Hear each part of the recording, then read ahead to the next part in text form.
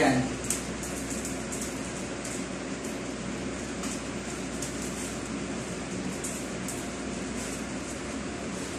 Ano, maligo. Kasi lingguhan, maligo. Hi guys! Good morning sa inyo guys. Thank you sa mga subscriber namin. Yung nakakapanood sa vlog namin, maraming salamat. At saka guys, huwag niyo i-skip ang aming advertise kasi doon naman kami kikita. Hindi pa nga kami sa nakakasahod kasi yung sahod namin mali-mali pa yung ano, wala kong bangko na ano, wala pa akong pakupi na kahit. Aray! Ano ba kasi? Inalawa niyo akong ano ah. Milka! Magagasgasan na naman ako sa ginagawa.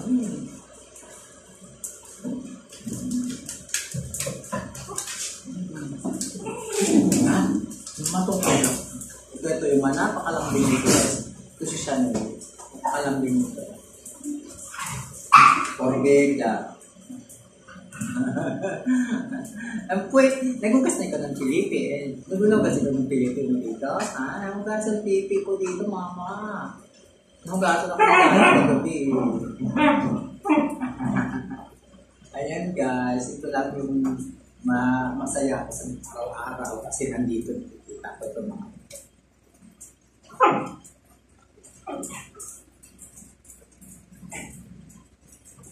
ito yung ano ko kasi pag oras na pinaalis kami dito sa bahay kasi Kurus na tayo na yung ano lang po to? Ayan, kasi dito sa bahay umuupa lang kami tapos madami na kami. Minsan medyo maisip na ingay. Parang naalala ako kasi wala akong pera na pang hanap ng Uy, may bahay kami sa Pasay pero hindi ko pa ano ba yan? May bahay kami sa Pasay na sarili pero kasi andito kami sa Quezon City pero hindi ko magawa kasi wala kami pampagawa. Pero pag nakaipon or kapira, pagawa ko para doon na lang kami lilipat. Para sila lahat sama-sama kami. Kasi pag sa ibang bahay nalilipat kami, bihira lang nagpapa-opa na may ganito ng maso. Ganito guys. Kaya, ito, is muna kami dito. Pero may araw din na, siyempre may mga bahay kami na reklamo. Papalis din kami. Kaya yun ang nag-aalala mo. Yung oras na pinalis kami, saan kami titira. Then, alam ko silang iiwan o iwalay, pamilya kayo. Mahal na mahal ko yan. Yung mga anak ko. Apo ko to eh. Ang apo ko ito. Nandito kasi mama nila oh. Ayun, mama nila. Si Lala.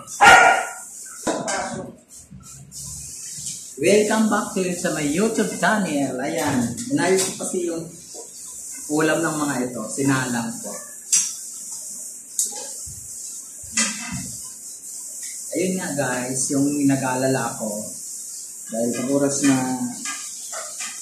pinaalis na kami dito sa inupahan namin, wala kami pang matitirahan. Kasi nga, wala kami pang down, wala kami pang upa sa paglilipat. Kaya, kaya lang namin ngayon, pang-araw-araw namin pagkain, kuryente. Saka ngayon, mataas namin kasi sila, naka-electric pan din yan. Walang patayan ng electric pan nila. Nakatutok talaga sa kanila palagi. Ayan, mayroon naman kaming bahay sa Pasay. Ayun, pag kumita o magkapera, yun, paunti-unti ko ipapagawa guys. Kasi at least doon sarili. Medyo ano mo na lang para pag mag-ingay man sila. Pero ito naman hindi siya lang maingay na yung literal na aso. Hindi. Maingay lang ito pag may nangatok. Yan. May narinig sa labas. Kilala ko yung mga kanina. Naglalaro na naman yung dalawa. Naglalaro na naman ang dalawa. Masaya. Ano ba saya nyo? Anong mayroon? Alis dyan, di maano yung camera, Chanel. Chanel. Maano yung camera natin? Chanel.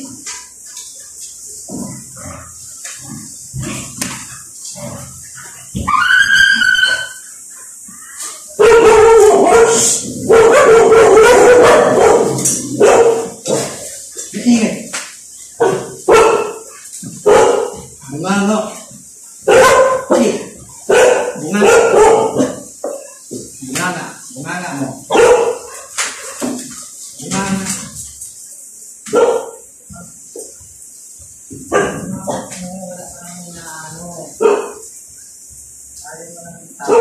Saan? Teka. Bunganga. Tikumin mo nga bunganga mo. Tikumin mo yan. Tikumin mo yung bunganga mo. Ayan guys, narinig nyo. Ganon, pag may narinig silang maingay sa labas, yun. Yung tatay talaga nila, yan ang ano. Alis dyan na! Sinasaraduhan mo ng ano na. Ito, ano, kuya. Ito, ako kuya.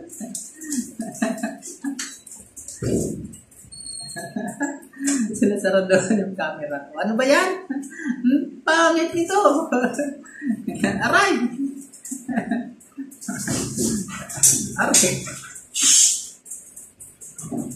Set na! Tahimik! Nagtika lang! Mag-aaway. Sobrang harap. Ikaw naman! Mas pa-sensitive mo. Dito ka kang marap doon. Kaya guys, ganun kami sa bahay. Pero yan, pag oras na papasok na kami, sila na lang dito, naiwan yung pamangkin ko sa kanila. Tahimik sila.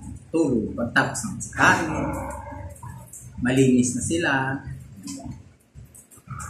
matutulog na sila. Dito lang sila. Tapos yung pupupo sila doon sa labas, isa-isa, dala-dalawa. Minsan pag inaabot na ng ano, dala-dalawa. Iihi, buwan na sila doon. Ganon sila na disiplina guys. Hindi sila yung kung saan-saan lang. Yan, natayan mo naman guys. Yan, nagpapasalamat lang ako sa mga nanonood sa vlog namin. Ayan, asahan nyo guys na itong mga anak ko, hindi ito mapapariwara. Hanggat nabubuhay ako, nagtatrabaho ako.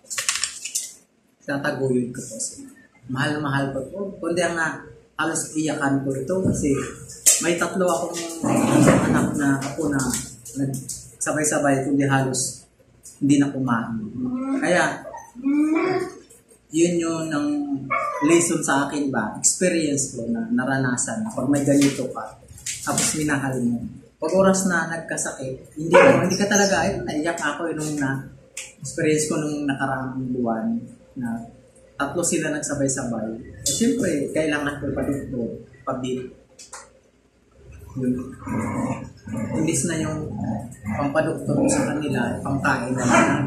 Ayun, no choice. Kasi, kawawa, hindi talaga na kumakain. Kasi kung hindi ko,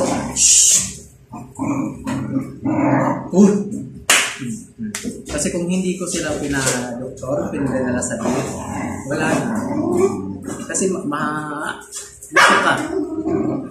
nagsuka lang naman ang umpisa, tapos yun, hindi na kumain, hapon. Tapos, isa muna yung hindi kumain, si Coco. Tapos, kinabukasan, dinala ko na siya. Pag uwi ko ng tanghali, kasi nga, dinala ko talaga siya. Yung isa naman, nakita ko sumuka. Hindi ko kagad nadala kasi nga yung pera. Kinabukasan yung nagsabay yung dalawa.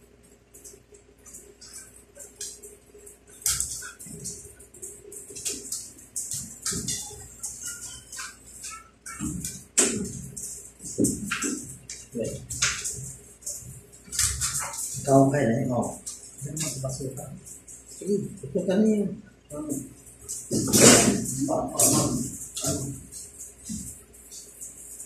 Hindi ko muna nadala. Tapos yung pag-uwi ko na, nang pumasok ako, pinahapunan, ayun. Dinala ko 2 na. Bali 3 sila, una-una yung isa. Yung 2 sinabay ko kasi talagang lupay-pay na guys. Ang sawa naman ng Diyos yung pinuntahan namin Duke o yung itinerary, mabait at hindi mahal maningil. Pero sa kanilang tatlo, kulang ko lang 4,000 din kami. Dahil may turo, tapos yung isa pa may lag na. Pero yun, okay lang sa akin kasi kawawa naman. Hindi sila ipabuild. Yan, maayos na. Yan, na. Ito na.